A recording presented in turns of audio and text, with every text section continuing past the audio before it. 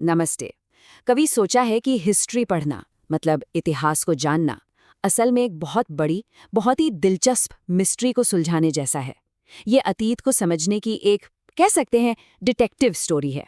तो फिर सबसे बड़ा सवाल यही उठता है ना, कि हम उस समय के बारे में जानते कैसे हैं जो सदियों पहले बीत चुका है। हम अतीत के पन्नों को आखिर पलटते कैसे हैं। देखिए, E.H. कार का ये कोट इस बात को कितने सटीक तरीके से बताता है। हिस्ट्री सिर्फ पुरानी तारीखों का कोई कलेक्शन नहीं है, नहीं, बल्कि ये एक लगातार चलने वाली बातचीत है। आज को अगर पूरी तरह समझना है तो हमें कल की रोशनी में उसे देखना ही होगा। तो ठीक है, किसी भी अच्छे जासूस की तरह एक इतिहासकार का पहला कदम क्या होता है?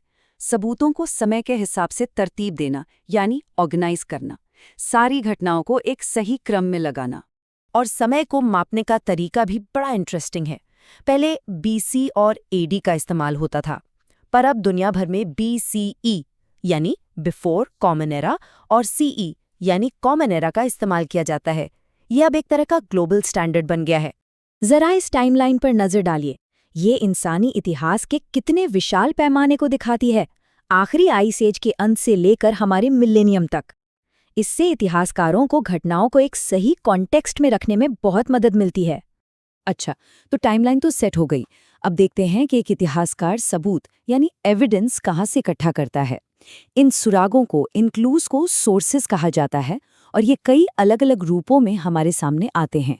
मोटे तौर पर देखें तो 4 तरह के सोर्सेज होते हैं। आर्कियोलॉजिकल यानी खुदाई से मिली चीजें, लिटरेरी मतलब लिखी हुई बातें, आर्टिस्टिक जैसे कि पेंटिंग्स और मूर्तियां, और ओरल सोर्सेज यानी वो कहानियां और परंपराएं जो पीढ़ी दर पीढ़ी बस सुनाई जाती हैं।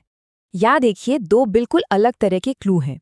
एक तरफ है एक ठोस फिजिकल ऑब्जेक्ट, एक सोने का सिक्का, और दूसरी तरफ है एक रिटन डॉक्यूमेंट, एक मैन्यूस्क्रिप्ट। दोनों की अपनी अपनी कहानी है। आर्कियोलॉजिकल सोर्सेज मतलब पुरातात्विक स्रोत असल में अतीत के ठोस सबूत होते हैं। इनसे ये पता चलता है कि लोग रहते कैसे थे, वे कौन से टूल्स इस्तेमाल करते थे, और उन्होंने क्या क्या बनाया। और लिटरेरी सोर्सेज ये हमें उस दौर के विचारों, उनकी कहानियों और उनके ज्ञान से मिलाते हैं। एक तरह से ये हमें अतीत की आवाज सुनाते हैं। तो अब आते हैं इस इन्वेस्टिगेशन के सबसे एक्साइटिंग पार्ट पर, कि इन अलग अलग सुरागों को एनालाइज करके एक बड़ी तस्वीर, एक बिग पिक्चर कैसे बनाई जाती है। जैसे ये सिक्का, ये सिर्फ सोना नहीं है, नहीं, ये हमें उस समय के व्यापार, राजा की ताकत और यहाँ तक कि उस दौर के आर्टिस्टिक स्टाइल्स के बारे में भी बताता है ना? एक छोटा सा सुराग, लेकिन जानकारी का खजाना। इसी तरह पत्थर पर की गई ये नक्काशी भी एक कहानी कह रही है। इससे हमें उस समय की मान्यताओं, उनकी डेली लाइफ या शायद किसी बहुत जरूरी घटना के बारे में पता चल सकता है। हर एक डिटेल का कोई ना कोई मतलब होता है।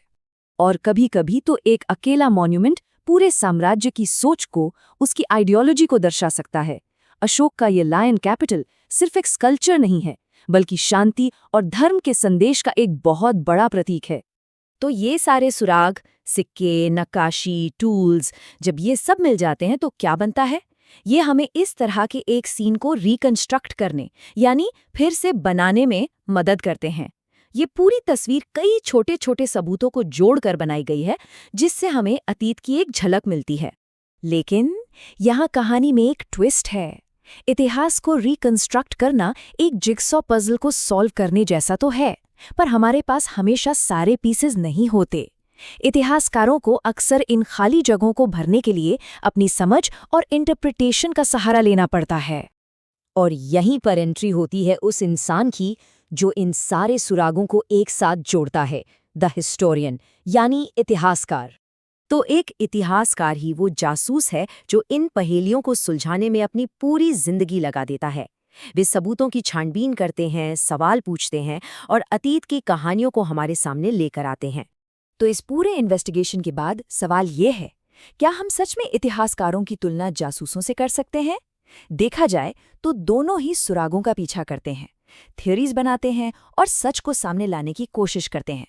शायद इतिहास सिर्फ फैक्ट्स को याद रखना नहीं है, बल्कि एक कभी ना खत्म होने वाली जासूसी है, जिसमें हर नई खोज एक नया सुराग होती है। इस बारे में सोचिएगा जरूर।